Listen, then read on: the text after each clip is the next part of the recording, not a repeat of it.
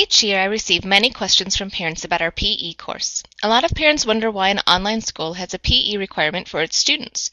Or some parents ask, how am I supposed to teach PE when I've never done it before?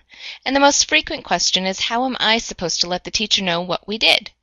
This presentation will hopefully answer all the questions and put your minds at ease about this PE course. First, let's start with the why. PE is a required course because this school wants to make sure that our students are staying physically active, even in our online environment. It can be easy to get wrapped up in the rest of the school day that we forget to get out and move. Childhood obesity has become a major issue in our country. Over the last 30 years, obesity rates in children have almost tripled. This means that about 1 out of every 3 children is considered obese in this country. Our school knows that this is a serious issue, and that is why we have required PE as part of our curriculum. Physical activity is one important way for kids to stay healthy. Obesity in children is serious because it can lead to many other types of health problems. Diabetes, heart disease, high blood pressure, and even cancer are just some of the health problems obese children may have to deal with. Also, children that are obese are more likely to be overweight or obese in adulthood. Let's start our kids on the right track and give them the best chance to be healthy adults. We know that physical activity alone cannot prevent obesity, but is one important step in helping our kids stay healthy.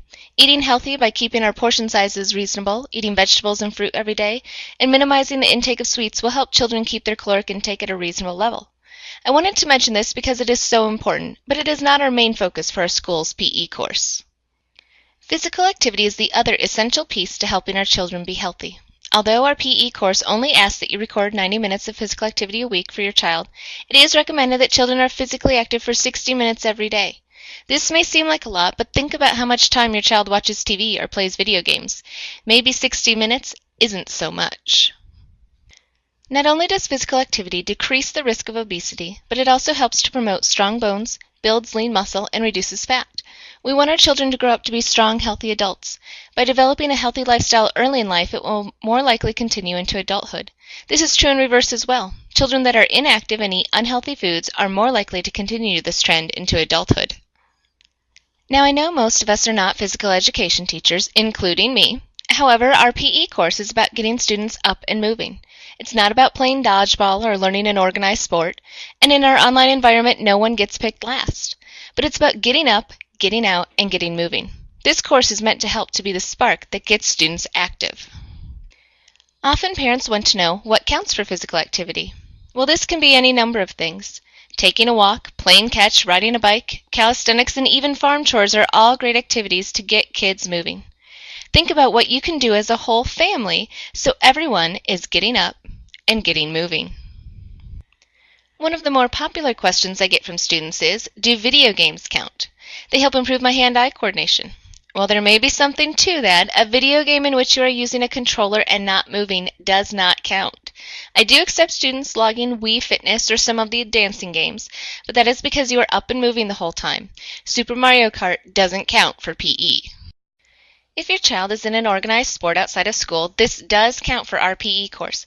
Just log the time your child spends at soccer practice and at our soccer games. You can count the time your child is in his karate lessons too. This course is not meant to add more to your day, but to make sure that kids are developing an active lifestyle.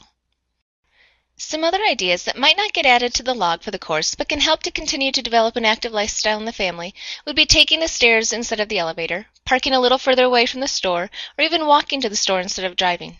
Take some recess time before lunch rather than after lunch. Even the little things add up over time. Here's the question most of you want answers to. How do I log my students' PE course? There are a couple of ways to go about this. You can download the PE activity tracker from your lessons. This is basically an Excel spreadsheet that you fill in with information. You do need to call tech support for the initial download, though. No matter how you track your PE course, you do need to include some key pieces of information. The date, a description of the activity. This doesn't have to be detailed, but give me an idea of what you are doing. And finally, how long did you spend with this activity? Remember, each week needs to total at least 90 minutes. There is also a PE tracker sheet that you can print off. I would recommend this as the best choice. Print it and put it on your refrigerator, and every day have your child write in what he or she did as their physical activity for the day. Seeing the accomplishment of filling out that sheet can be a real motivator for students. Please don't let that 90 minutes limit you. If your child is doing more, please let me know. I like to celebrate students' accomplishments, and getting to see that they are living an active and healthy lifestyle is wonderful. Remember, 60 minutes a day is really the ultimate goal.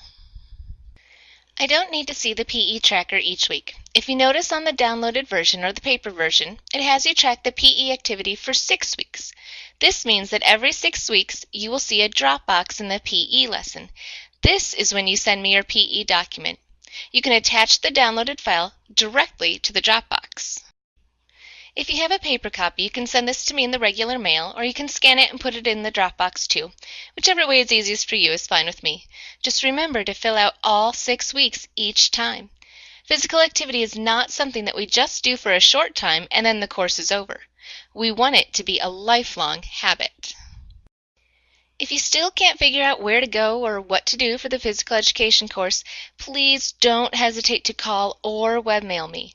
Just as a reminder, if you are trying to use the activity tracker on a school computer, you have to call tech support to help download it. They have to open up permission rights. I even had to do that. I hope this has helped clear up your questions, and I also hope you have a better understanding of why our school believes PE is an important course, even in an online school. Let's work to help our students develop an active and healthy lifestyle for the rest of their lives.